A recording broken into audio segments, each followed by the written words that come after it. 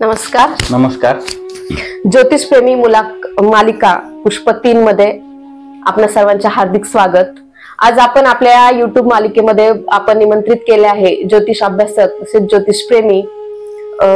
ते अभ्यासक म्हणण्यापेक्षा ज्योतिषप्रेमी अधिक आहेत. आज आपण त्यांचा परिचय आणि त्यांचं ज्योतिषशास्त्राबद्दलचं ज्ञान म्हणण्यापेक्षा त्यांची असलेली आवड आणि प्रेम याबद्दल जाणून घेऊयात. आपला परिचय सांगा. माझा परिचय म्हणजे माझं पूर्ण नाव राहुल बबन भागवत, पुणे जिल्ह्यातील दौंड तालुक्यातील पाटस हे माझं गाव आहे. आणि आता सध्या मी नोकरीनिमित्त या रत्नागिरी जिल्ह्यातील चिपळूण तालुक्यातील सावडे या गावी नोकरीनिमित्त स्थायिक आहे. आपलं शिक्षण काय झालं आहे? माझं शिक्षण शालेय शिक्षणामध्ये मी 11वी 12वी सायन्स केलं. सायन्स नंतर पुढं DED केलं, diploma in teacher education, DTED आपण त्याला म्हणतो.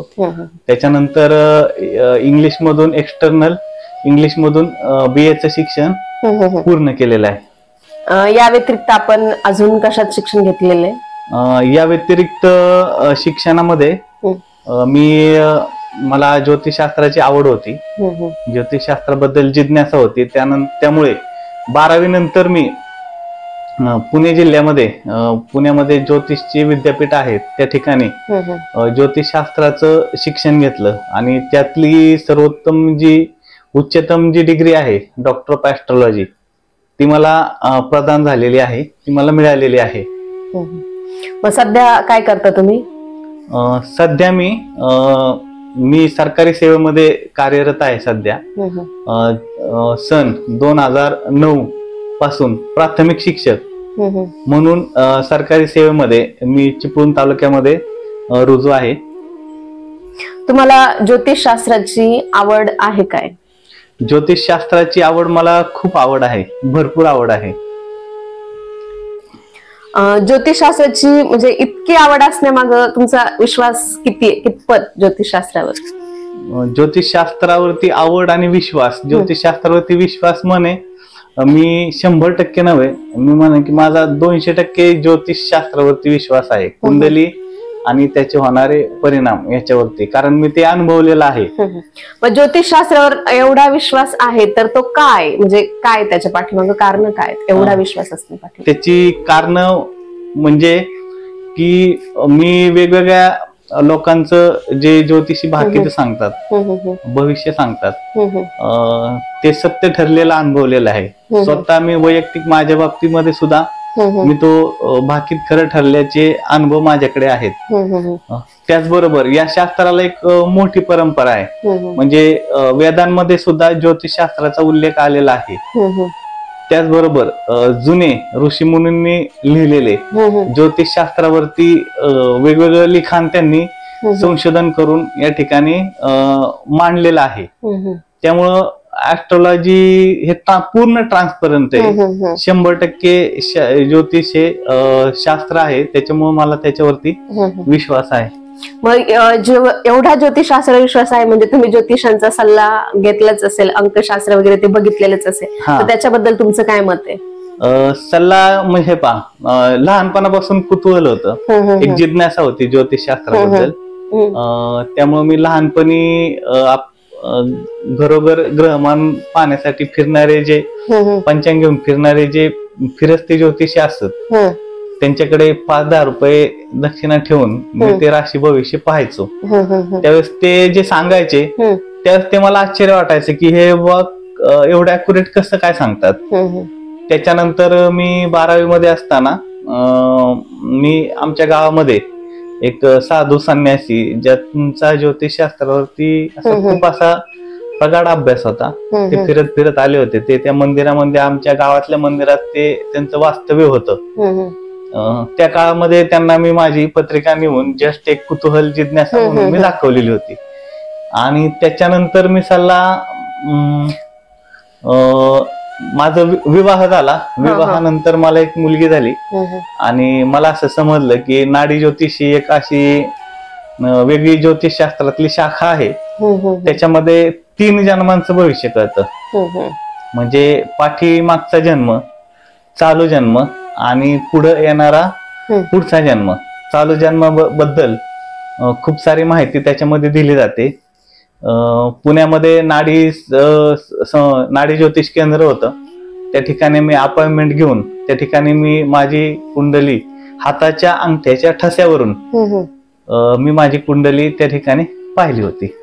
मग तुम्ही एवढं ज्योतिषाबद्दलचं तुमचं कुंडली वगैरे दाखवून तुम्ही बघितलं किंवा नाडीचं असेल तर ते तुमच्या जीवनाशी किती जुळलं, म्हणजे तुम्हाला किती प्रचिती आली त्याची, किती तंतोतंत ठरलं ते, किंवा किती टक्के भाग त्याचा तुमच्या जीवनाशी जुळला?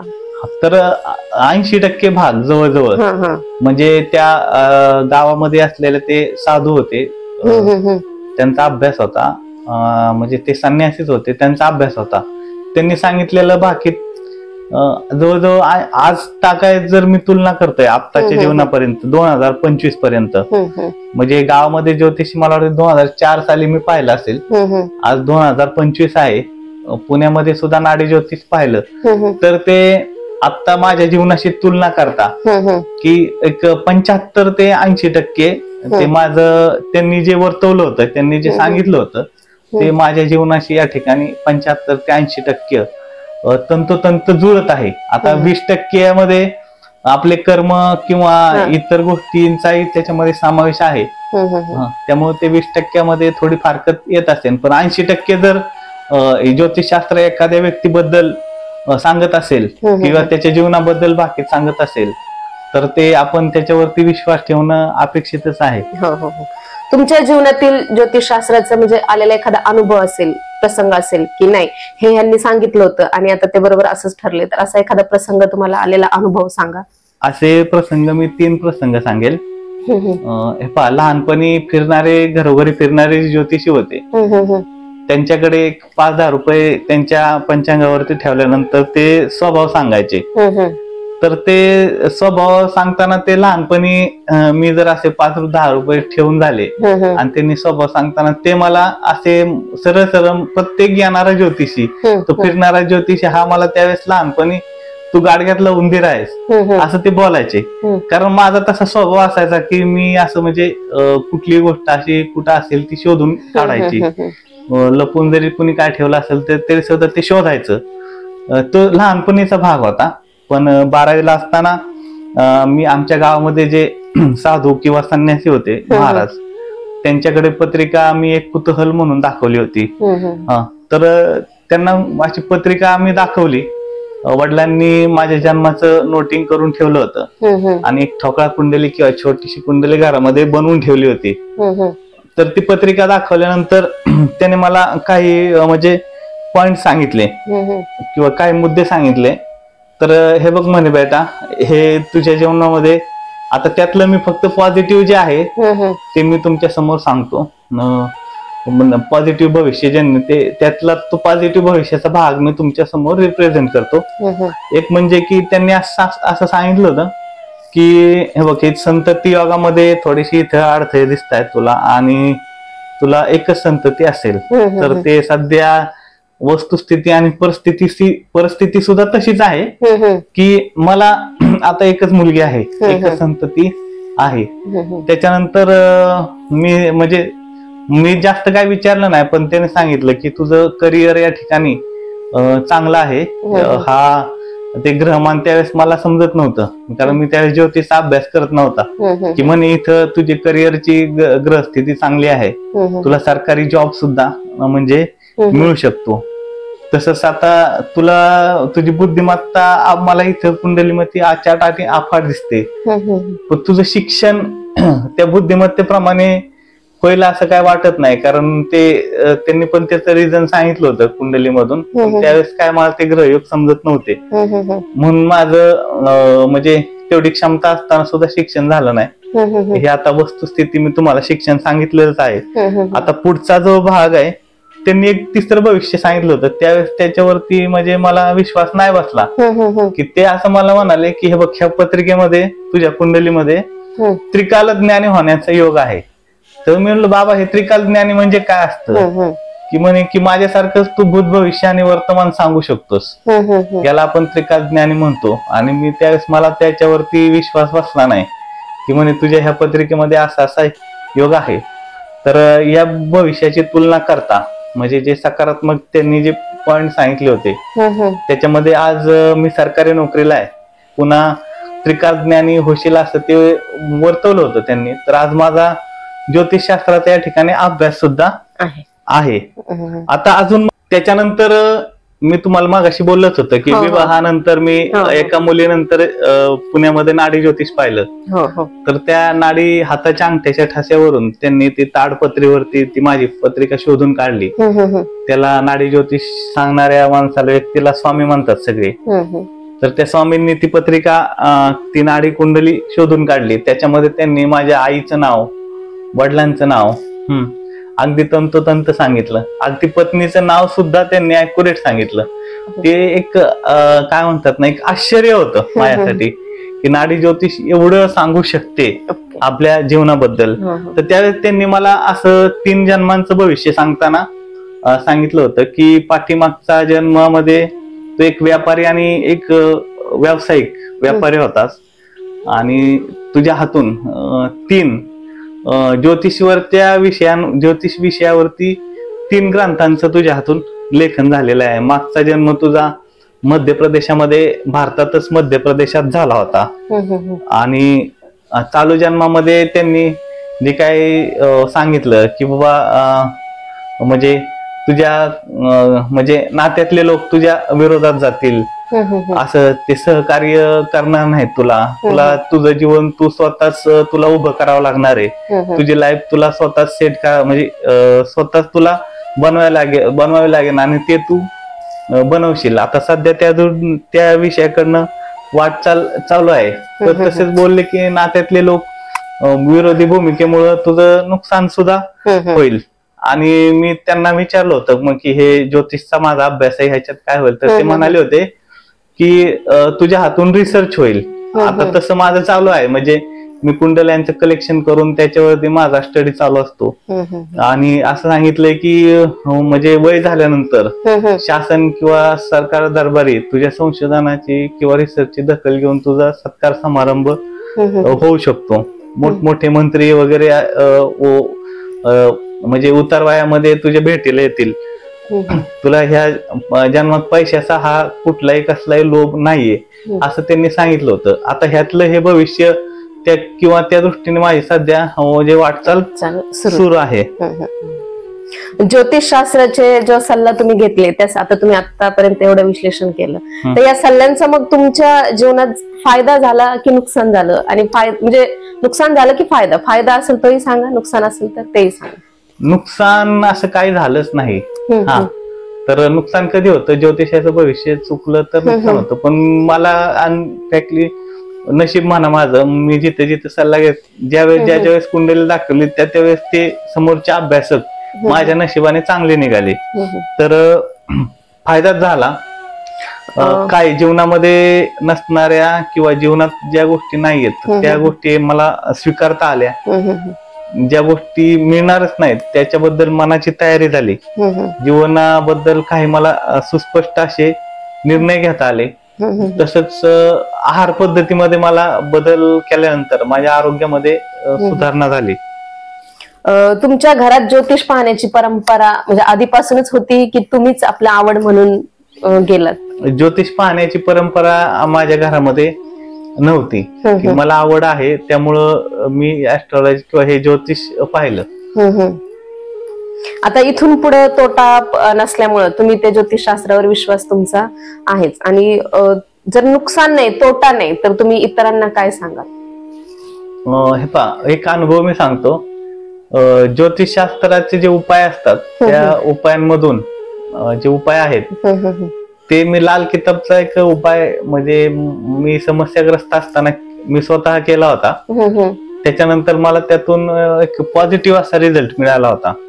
आणि त्यातून म्हणजे एक आरोग्याची जी समस्या होती ती माझी ते दान उपाय असा होता की वस्तू काय दान करायच्या होत्या त्या मी दान केल्या आणि मग ती माझी आरोग्याची समस्या ऑटोमॅटिकली कमी झाली. असा एक माझा वैयक्तिक माझा जीवनातला अनुभव आहे.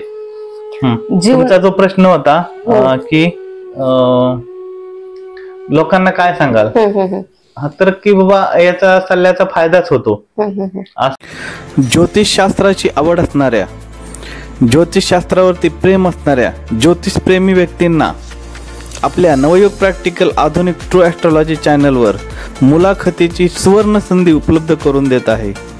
जर आपण मुलाखत देण्यास इच्छुक असाल तर कमेंट बॉक्समध्ये कमेंट करा. आपल्याशी संपर्क साधून आपल्या मुलाखतीचं नियोजन करण्यात येईल.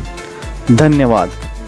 जर काही वाईट घडणार आहे असं तुम्हाला ज्योतिषांनी सांगितलं तर मग तुम्ही त्या परिस्थितीला कसे सामोरे जाता, की ज्योतिषाच्या सल्ल्यांचीच म्हणजे सल्ल्यानुसारच वागता? जीवनात जर काय वाईट घडणार असेल तर त्याच्याकडे आपण त्याची मनाची तयारी होती ज्योतिष पाहिल्यानंतर. मग आपण पाहिल्यानंतर मनाची तयारी झाल्यानंतर त्याच्याकडे पॉझिटिव्ह दृष्टिकोनातून पाहायचं आणि बाबा त्या परिस्थितीवरती आपल्याला काय पर्याय काढता येतोय का हा विचार करायचा. काय सगळी सुख तर सगळ्यांना मिळत नसतात, जीवनामध्ये दुःख येतच असतात, मग ती स्वीकारण्याची तयारी पण होते. ज्योतिषशास्त्राकडून तुमच्या अपेक्षा काय, म्हणजे आणखी काय अपेक्षित आहे तुम्हाला? ज्योतिषशास्त्राकडून अपेक्षा म्हणजे की माझा स्पष्ट मत आहे की ह्या शास्त्रावरती अजून संशोधन होणं आवश्यक आहे, रिसर्च होणं आवश्यक आहे. शासनाने सुद्धा या शास्त्राच्या संशोधनासाठी अनुदान द्यावं. त्यातून ज्योतिषी अभ्यास करून आत्ताच जे स्थलकाल परिस्थिती आपण म्हणतो, आत्ताच्या वर्तमान परिस्थितीनुसार ज्योतिषच्या जे काही नियम आहेत ज्याच्या आधारे ज्योतिषी भाकीते सांगतात त्या नियमांवरती संशोधन व्हावं. आणि आत्ताच्या विज्ञान युगामध्ये ज्योतिषशास्त्राला संशोधनानंतर तेवढी उंची प्राप्त होऊ शकते की जसं संशोधन कृष्णमूर्ती सरांनी ज्योतिषशास्त्रामध्ये केलं होतं तर तसंच अजूनही संशोधन या ठिकाणी ऍस्ट्रॉलॉजीमध्ये व्हावं ही अपेक्षा आहे. संशोधनाने शास्त्राला बळकटी मिळते, ती मिळावी ही ज्योतिषशास्त्राकडून अपेक्षा आहे. मग एका ज्योतिषाकडे तुम्ही ज्योतिष बघता त्यावेळेस तुमच्या त्या ज्योतिषाकडून काय अपेक्षा असतात? म्हणजे अगदी माझं तंतोतंतच सांगावं किंवा माझ्या जीवनाशी ते तंतोतंतच बसावं अशा काही अपेक्षा असतात का? ज्योतिषांकडून अपेक्षा म्हणजे काय माहितीये का, की ज्योतिषाने कोणाला असं वेठीस धरू नये. म्हणजे ज्योतिष पाहायला आलेल्या व्यक्तीला आणि पैसे म्हणजे काही ज्योतिषी तसं करतात, भीती दाखवतात पुढच्या माणसाला आणि त्याच्याकडून उपायांच्या नावाखाली पैसे उकळतात.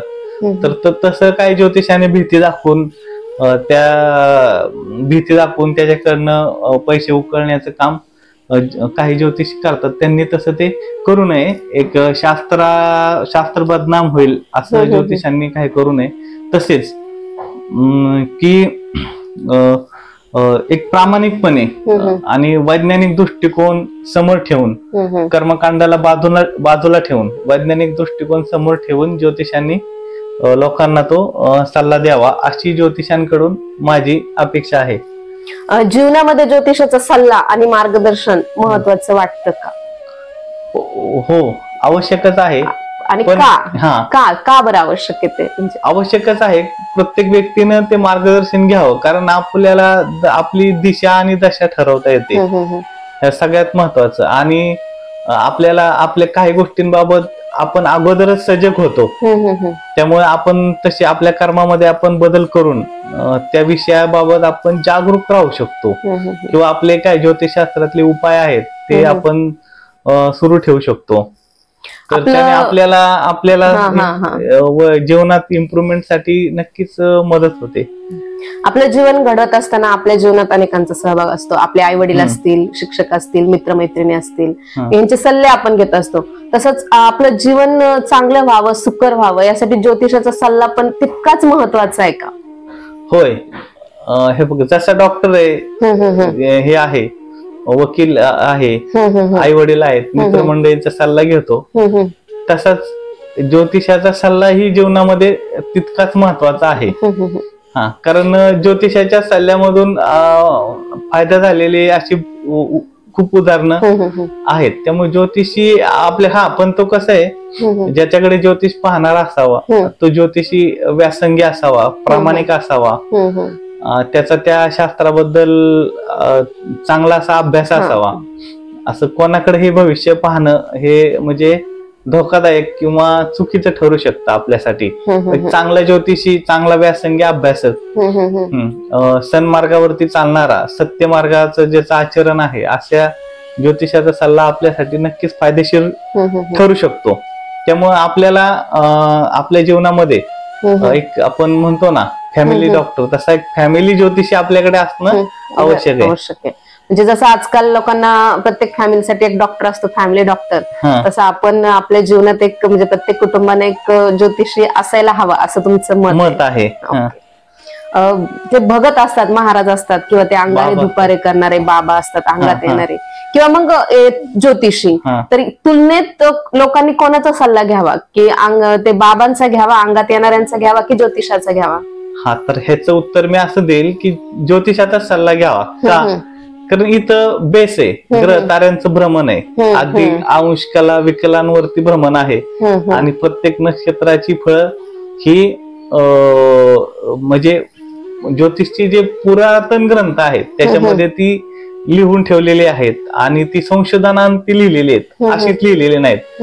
आता तुम्ही एखाद्या महाराजाकडे जाल, काय माहिती तुम्हाला त्या महाराजाला खरंच सिद्धी प्राप्त आहे का, तो असा तुमच्याशी बनाव करतोय? सांगू शकत नाही ना त्याच्याकडे ती सिद्धी किंवा ती दैवी विद्या किंवा देव प्रसन्न आहे, आपण कोणीच सांगू शकत नाही. आपण दुसरे जातात म्हणून आपण जाणं ती योग्य नाहीये. आणि दुसरं महाराज झाले भगत, ते कसं लोकांना असं भविष्य बदलवण्याचं आश्वासन देतात. हा, मग ते पण कितपत योग्य आहे, कारण आपल्याला काही गोष्टी ह्या जीवनात भोगायच्याच आहेत. म्हणजे ज्योतिषशास्त्र हे माणसाला भविष्य बदलण्याचं आश्वासन देत नाही, फक्त भविष्यात काय घडणार आहे याच्याबद्दल कल्पना देतं का, म्हणजे असं तुम्हाला म्हणायचं? ज्योतिषशास्त्र काही गोष्टी असतात ना त्या फिक्स आपल्याला भोगाव्याच लागतात. काही गोष्टींमध्ये आपण उपायांच्या मार्फत नक्कीच त्याच्यामध्ये बदल करू शकतो. काही गोष्टी अटळ आहेत, काही गोष्टींमध्ये उपायां थ्रू आपण चेंजेस करू शकतो. काही गोष्टी ह्या आपल्याला नशिबातच असतात, त्या गॉड गिफ्ट असतात, त्या आपल्याला मिळतातच. ज्योतिषशास्त्र ही म्हणजे कर्मकांड ही ज्योतिषशास्त्राला लागलेली कीड आहे असं का म्हणता येईल, किंवा कर्मकांड हे ज्योतिषशास्त्रात नाहीयेत का? कर्मकांड आणि ज्योतिष हे दोन वेगवेगळे भाग आहेत. ज्योतिष हे याच्यासाठी आहे म्हणजे तुमचं जीवनामध्ये तुम्हाला चांगलं काय आहे, वाईट काय आहे, तुमच्यासाठी योग्य काय आहे, अयोग्य काय आहे, ह्याच्यासाठी आहे. ते कर्मकांडामध्ये वेगवेगळ्या विधी असतात, आणि त्याच्यामध्ये तुम्हाला कर्मकांड त्याच्याबद्दल ते केल्यानंतर आपले नशीब बदललंय. मग हे असं ह्याचे जे अनुभव आहेत ते माझे वैयक्तिक तसे नाहीयेत, किंवा माझ्याकडे येणाऱ्या जातकांना सुद्धा मी विचारतो की आमका कर्मकांड केलं मग तुला फरक पडला का, तर त्यांचं नकारही ते म्हणत नाहीत की हा मग ह्याचा मला बेनिफिट मिळालाय किंवा फरक पडलेला आहे. त्यामुळे कर्मकांड ही ऍक्च्युअली ज्योतिष आणि कर्मकांड वेगवेगळं आहे. कर्मकांड हे ज्योतिषशास्त्रामध्ये आणल्यामुळं ज्योतिषशास्त्र बदनाम झाले. ज्योतिषशास्त्राला अंधश्रद्धा म्हणता येईल का, किंवा हे थोतांडे, हे फसवे, असं काही म्हणता येईल का? नाही, ज्योतिषशास्त्राला अंधश्रद्धा मुळीच म्हणता येणार नाही. त्याचं कारण असं आहे, अंधश्रद्धा म्हणजे डोळे झाकून ठेवलेला विश्वास. इथं संशोधन आहे, ऋषीमुनींनी ते काय असं डोळे झाकून लिहिलेलं नाही. कुठलाही ग्रंथ किंवा लिहिताना त्यांनी त्याचा अभ्यास केलेला आहे, ग्रहांची भ्रमण अभ्यासलेली आहेत, त्याच्यानंतर त्यांनी ते ग्रंथ लिहिलेले आहेत. आणि प्रत्येक म्हणजे जुन्या काळात ग्रंथकार जे आहेत, ज्योतिष ग्रंथकार, त्यांनी आपापली मतं मांडलेली आहेत. मग त्या मतांमध्ये थोडी मतमतांतर असतील, पण ती बरीचशी मतं ही एकमेकांशी मॅच होतात. जरी ग्रंथ वेगवेगळा असला तरी बरीचशी ओपिनियन्स हे एकमेकांशी मॅच होत असतात. मग याचा अर्थ असा आहे की हे अंधश्रद्धा नाही. आणि इथं ग्रहांचं भ्रमण आहे, अगदी कला आणि विकला डिग्रीवरती तो ग्रहांचं भ्रमण आपण त्या कुंडलीमध्ये मांडत असतो. हे पूर्ण ट्रान्सपरंट आहे. त्याच्यामुळे इथं अंधश्रद्धा आपण त्याला म्हणू शकत नाही. अंधश्रद्धा म्हणजे डोळे दाखवून ठेवलेला विश्वास. इथं सरळ सरळ प्रूफ आहे की अमक्या स्थानामध्ये अमका ग्रह आणि अशी अशी ग्रहस्थिती असेल तर असं घडतं, आणि ते त्या व्यक्तीच्या जीवनामध्ये असतं. हे हुबेहुब आहे. हा हे जर नियम खोटे ठरले तर ते जे नियम ज्या नियमांच्या आधारे ज्योतिषाने भविष्य सांगितलं ते जर नियम खोटे ठरले तर आपण त्याला अंधश्रद्धा म्हणू शकतो, पण ते नियम खोटे ठरणार नाहीत याचा ज्योतिष अभ्यासाअंती आपल्याला ते लक्षात येतं. लोकांचा ज्योतिषशास्त्रावर विश्वास. थोतांचा विषय असा आहे की आपण थोतांड ह्या शब्दाचा ह्याच्यामध्ये अर्थ म्हणजे ग्रंथांमध्ये फसवणं किंवा खोटं किंवा स्वतःच्या स्वार्थासाठी रचलेलं षडयंत्र वगैरे आपण असं त्याला म्हणत असतो, पण तेच ऍक्च्युली आत्ताच मी एक्सप्लेन केलं की एवढे सगळे वास्तव पुरावे असताना आपण त्याला थोतांड कसं म्हणू शकतो? नाही म्हणू शकत. आता काही लोकांचा नाहीये ज्योतिषास्त्रावर विश्वास किंवा ते म्हणतात की ही अंधश्रद्धा आहे, हे थोतांड आहे, तर अशा लोकांना तुम्ही काय सांगाल? माझं असं मत आहे वैयक्तिक आपण अगोदर त्या शास्त्राचा थोडा जुजबी अभ्यास करावा. ज्या लोकांनी चांगल्या ऍस्ट्रॉलॉजिस्टचा सल्ला घेतलाय त्यांचा तुम्ही अनुभव पाहावा. आपण हे आपली एक पत्रिका एखाद्या उत्तम अशा चांगल्या ज्योतिष जाणकाराकडे दाखवावी, त्याच्यातून आपल्या लक्षात येईल की हे शास्त्र बरोबर आहे किंवा याचा आपल्याला फायदा होऊ शकतो. समाजातील इतर लोकांनी ज्योतिषाचा सल्ला घ्यावा की घेऊ नये? जरूर घ्यावा, कारण शेवटी हे पहा आपल्याला आपण जीवन हे अंधारामध्ये जगत असतो, म्हणजे पुढे काय होईल हे आपल्याला स्वतःलाही माहित नसतं कधी कधी, पण ज्योतिषशास्त्र ते अनुमान एकदम अचूक किंवा 80% आपण म्हणू 100% नाही तर 80% अचूक देतो. त्याच्यामुळं आपल्याला दिशा आणि दशा ठरवण्यासाठी मदत होते. एक आत्मविश्वास जर त्याच्यामध्ये लिहिलेला असेल की ही गोष्ट तुम्हाला पॉझिटिव्ह आहे तर तो एक आत्मविश्वास आपल्यामध्ये निर्माण होतो. ज्योतिषशास्त्राचा प्रचार आणि प्रसार यासाठी तुम्ही काय कराल, म्हणजे तुमचं योगदान तुमचं काय? ज्योतिषशास्त्राचा प्रचार आणि प्रसार मी सरकारी नोकरीत आहे तरी युट्यूबच्या माध्यमातून माझा सुरूच आहे. तसंच इतर वेळेस म्हणजे मला शासकीय कामातून वेळ मिळाल्यानंतर मला वेळ मिळाला तर मी त्याच्यासाठी माझं काम सुद्धा सुरू असतं. भविष्यामध्ये मी रिटायर झाल्यानंतर तो प्रसाराला अजून वेग मिळेल. अजून ज्योतिषशास्त्राविषयी तुम्ही काय सांगाल, म्हणजे तुम्हाला काय बोलावं असं वाटतं? की सांगणं असं आहे की ज्योतिषशास्त्र हे याला चमत्कार तुम्ही समजू नका. हा काही चमत्कार नाहीये, ग्रहांच्या भ्रमणाची ते परिणाम असतात. तर हे चमत्कार म्हणून याच्याकडे तुम्ही पाहू नका. हे कालविधान शास्त्र आहे. कालविधान म्हणजे की हा काळ आपल्यासाठी या काळामध्ये ग्रहमान चांगलं आहे की खराब आहे किंवा ते काळाबद्दल आपल्याला ज्ञान देतं, म्हणून त्याला आपण कालविधान शास्त्र असं त्या ज्योतिषशास्त्राला म्हणावं.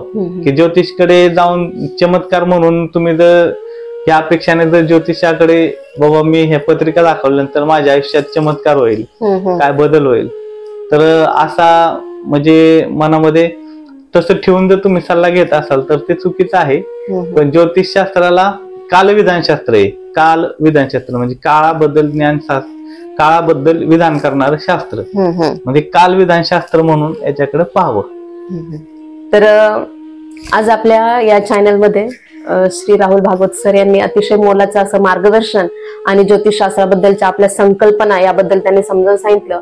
एकंदरीत ज्योतिषशास्त्र हे थोतांड किंवा अंधश्रद्धा नसून ते एक आपल्याला जगण्याची दिशा देणारं शास्त्र आहे, याबद्दल त्यांनी विस्तृत अशी माहिती सांगितली. आज आपण आलात, आपला बहुमूल्य असा वेळ दिला, त्याबद्दल धन्यवाद. धन्यवाद. आवाज सुनता हर किसी की नाही भूला कौन हो, सबसे पहले याद उसकी फिर सभी दुनिया की हो, सबसे पहले याद उसकी फिर सभी दुनिया की हो. नवयुग प्रॅक्टिकल आधुनिक ट्रू ऍस्ट्रॉलॉजी ज्योतिषवरील सुप्रसिद्ध मराठी चॅनलला सबस्क्राईब करायला ज्योतिष अभ्यासाची आवश्यकता नाही. चॅनलला सबस्क्राईब का करावे? आपल्या ज्योतिषविषयक ज्ञानात भर पडण्यासाठी, आपल्या कष्टाला, मेहनतीला, नशिबाची व दैवाची साथ मिळण्यासाठी, ग्रहांच्या राशी बदलाचा आपल्या राशीवरील परिणाम फ्रीमध्ये ऐकण्यासाठी, आपल्या जीवनातील समस्यांवर उपाय जाणून घेण्यासाठी, पुढील व्हिडिओचे नोटिफिकेशन मिळण्यासाठी, यशस्वी आणि सुरक्षित जीवनासाठी, ज्योतिषचे प्राथमिक ज्ञान मिळण्यासाठी, चुकीच्या ज्योतिषमधून होणारी आपली फसवणूक टाळण्यासाठी, ज्योतिषमधून फायदा लाभ मिळण्यासाठी, आपल्या समस्यावर योग्य अचूक उपायासाठी, ज्योतिषचा कसा फायदा होतो हे जाणून घेण्यासाठी चॅनलला सबस्क्राईब करा.